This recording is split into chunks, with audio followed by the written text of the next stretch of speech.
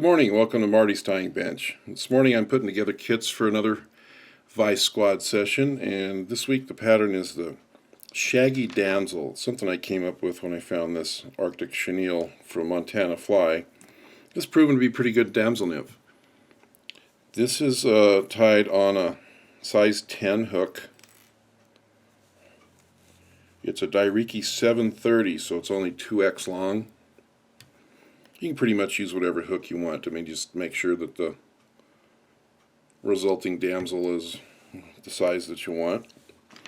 Any thread will do. Olive.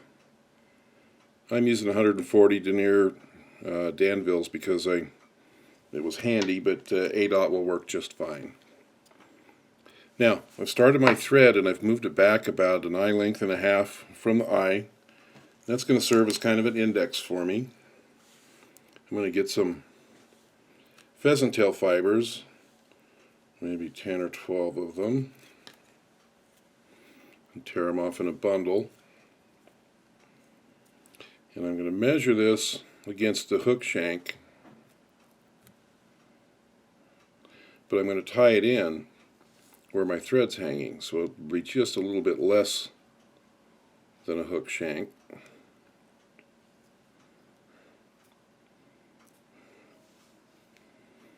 Now I'll move my thread back to where I started.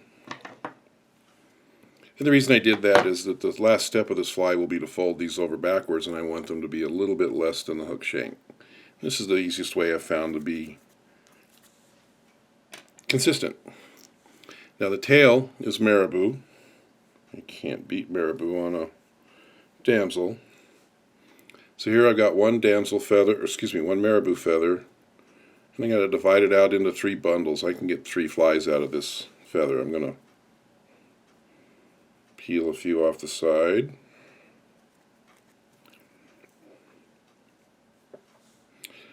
And measure that so that the resulting tail is a hook shank.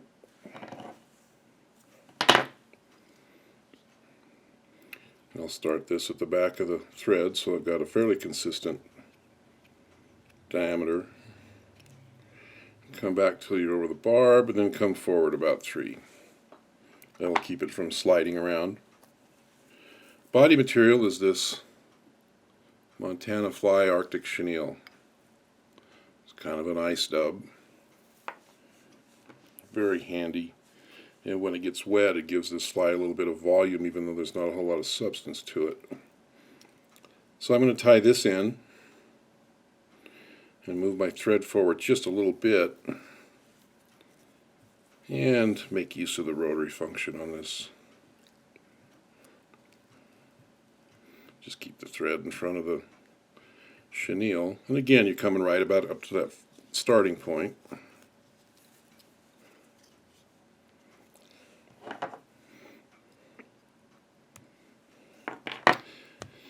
Now here's the cool part. This is a technique that you'll be able to use. Where did I put them?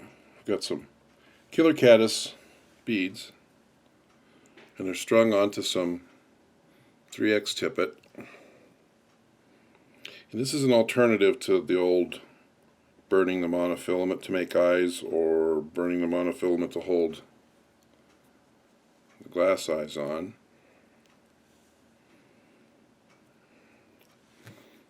And I'm going to fold this over until they're out at the end of the loop.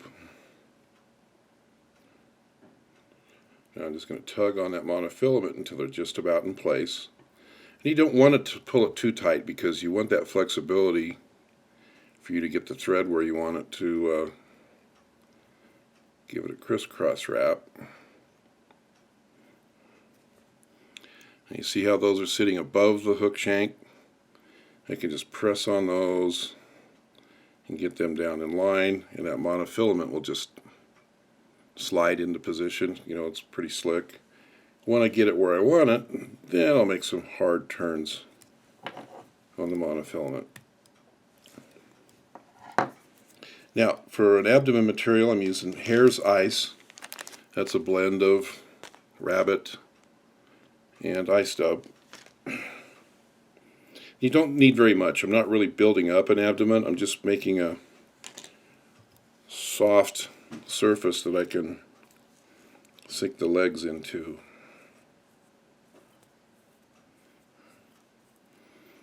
If you can, dub it real tight for the first couple wraps, because I like to go in and out between the eyes.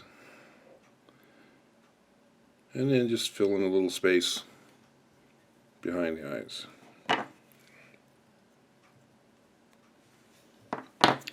To tie the legs, I'm using Senyo's Shaggy Dub. This is just a bag of very fine spandex that's been cut into little, very thin eyelash looking things. And they're all about the same length, and they're a good length for this one. What I'm going to do is double this over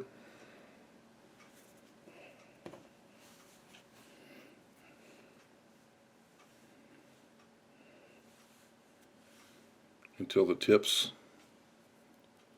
are even, and there at the other end is the loop.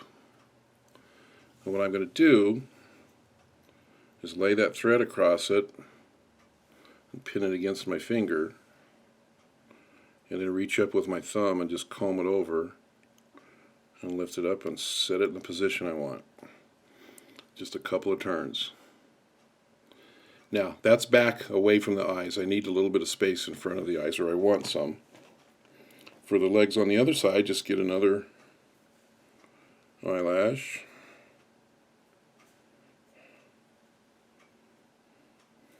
Get them even. I'm going to turn this upside down so that I can do it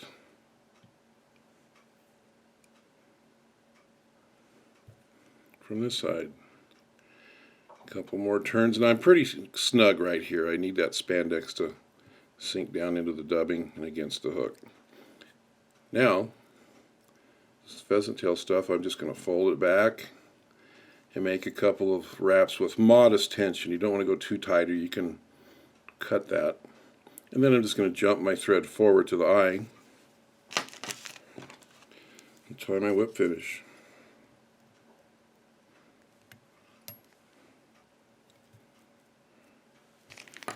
Okay, now you got a loop out on each side, so just cut them. If you did pretty good at keeping your tips even, you shouldn't need any trimming. I don't bother trimming anything here unless I get one that's just outrageously long. So there you have it, a Shaggy Damsel.